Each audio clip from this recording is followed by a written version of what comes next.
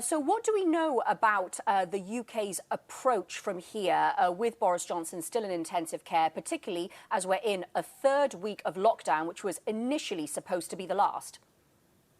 Well, that's right. Of course, we saw the highest number of fatalities in the UK yesterday, with 786 people losing their lives. The government is saying, though, there is some signs for optimism in the numbers in the UK, because new infection rates, like in some other parts of the world that you just mentioned, seem to be stabilising, although they need to stay stable for a number of days beyond that.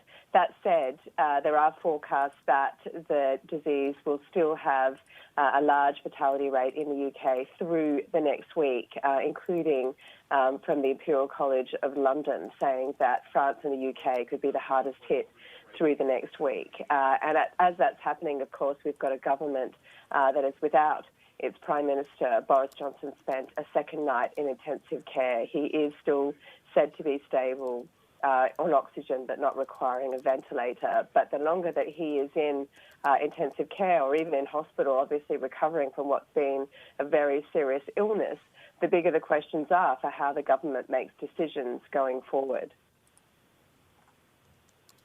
Ros, can I ask you, obviously yesterday for the UK and New York, they both reported their deadliest days. What's the latest update in the United States?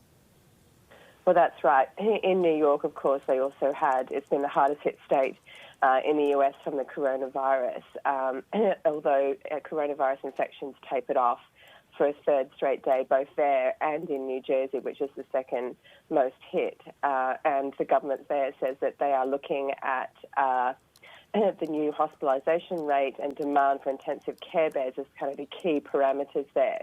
They say that fatalities for them are a trailing indicator for where the virus is at, and that they believe that social distancing is actually having some effect, because what you're seeing is a slowing of the curve in terms of the new number of infections. For the third day yesterday, it was below the high water mark, which was almost 11,000 last Friday. It's down to around 8,000 a day. And the new hospital admissions rate is also now quite some way under 700.